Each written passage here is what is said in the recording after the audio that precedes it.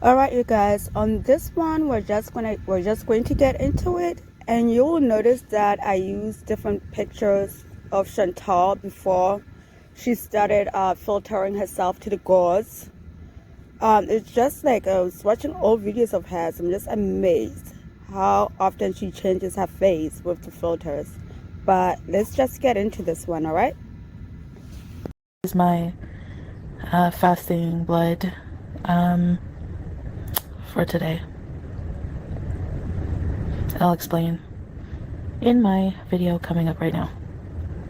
Hi guys, welcome back to another video. So yes, I am eating something because let me tell you what happened last night. Okay, so actually I'm having my one meal here, which is salad that has like lettuce, olives, cucumber, tomato, some soft cheese, pomegranate seeds with a vinaigrette dressing. Anyway, my fasting, I couldn't sleep. I could not sleep.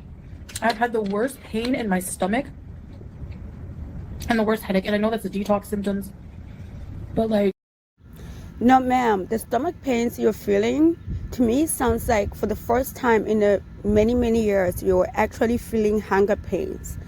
But knowing you don't like feeling uncomfortable.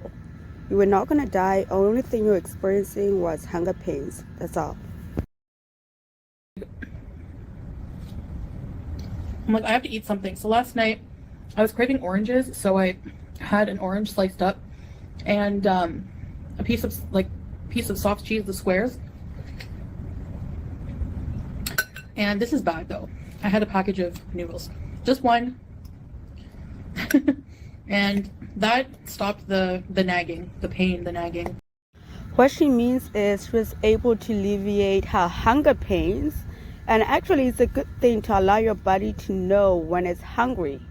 There's nothing wrong with that. Like, I don't understand why she has this fear of feeling uncomfortable. But then today you saw my blood sugar reading a bit higher than usual. So the noodles, the orange is sugary, but the noodles are bad. Processed carbs. If I do have to eat, I want to try to stay away from that. But it was just like, I'm trying to eat what we have, and I didn't have anything quick. It was like the middle of the night. So Unless that you work a graveyard shift, there is no reason for you to be waking up in the middle of the night to eat, ma'am. Stop. but I did fast for more than 30 hours before I ate. So not bad. It's pretty good. Intermittent fast before I go full fasts.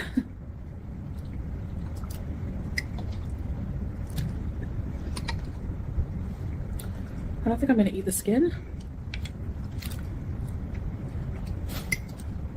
It'll be interesting to see what my sugar levels are tonight later. Anyway, that's the deal. Till I couldn't take it anymore. And since it was impeding with me being able to sleep. What I'm getting from this story is she was getting hunger pains, and she was probably already obsessing over food. So that little bit of the hunger pains pushed her over the edge, and I would not be surprised if she ate the whole entire refrigerator. I would not be shocked. After I ate, I slept like a baby. What I've noticed is that my thirst is not as bad as before. I used to be so thirsty when I would just gorge on junk all night or eat really unhealthy things. And I would even have dreams about like trying to run to a place, a huge glass mug of ice water, and I'd be chugging it in my dream, and I'm not feeling that relief because I'm not drinking in real life, right? Drink 4 bottles of water, like, but not eating processed stuff as much. I'm not as thirsty. Speaking of nightmares, I guess it was like morning by the time I slept. I have the weirdest dream. This dream she's about ready to tell, for me, is one of two things. One, she misses Canada, and she's trying to figure out a way to get back to Canada. Or two, she watched a movie and stole it from a movie. I had a dream that I was like in a huge mall, okay? It was overwhelmingly huge. And for some reason, I was not dressed. I had no hijab on. and like no pants on. And I felt like completely panicked. It's the worst thing could have to do with a hijabi.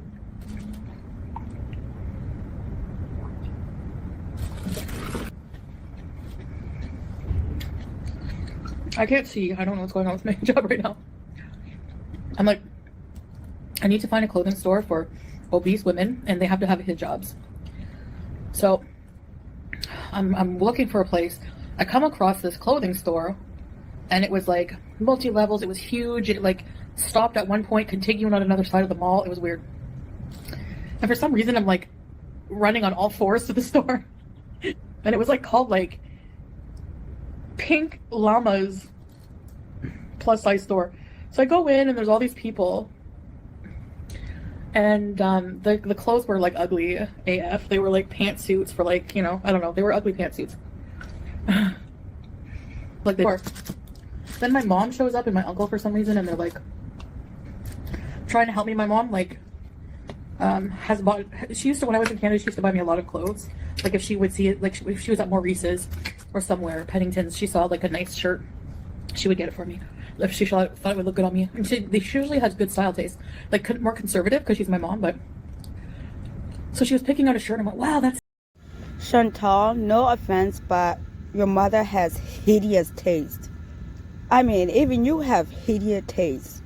Like, let's just look at what you're wearing right here on the screen. Hideous. Even your hijab selection and your abaya selection, they're just abso-freaking-lutely fucking hideous.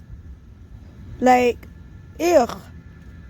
Ugh. it's nice, you know. It's like a nice blazer shirt. I'm like, now if I can only find a hijab. And I saw the store had curtains that looked like they were made out of chiffon hijabs. So I was like thinking of taking one. Hi! And using it. But anyway, I ended up finding some clothes.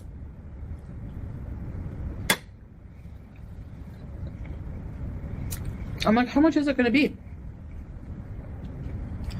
And they're like, everything in the store is under, it's like 4 dinar or less. So that's awesome. So then I get to the cash, knowing that I had $18,000 in my account, okay? My check-in of this particular bank. So, but when I go to pay for my clothes, it's like insufficient funds. So I'm like, what? I'm like, I know I have the money in my account. So I check. Live from the pit of hell. That you're welcome, motherfucker. And guess what you broke? You broke your channel. Ha! Oh my God.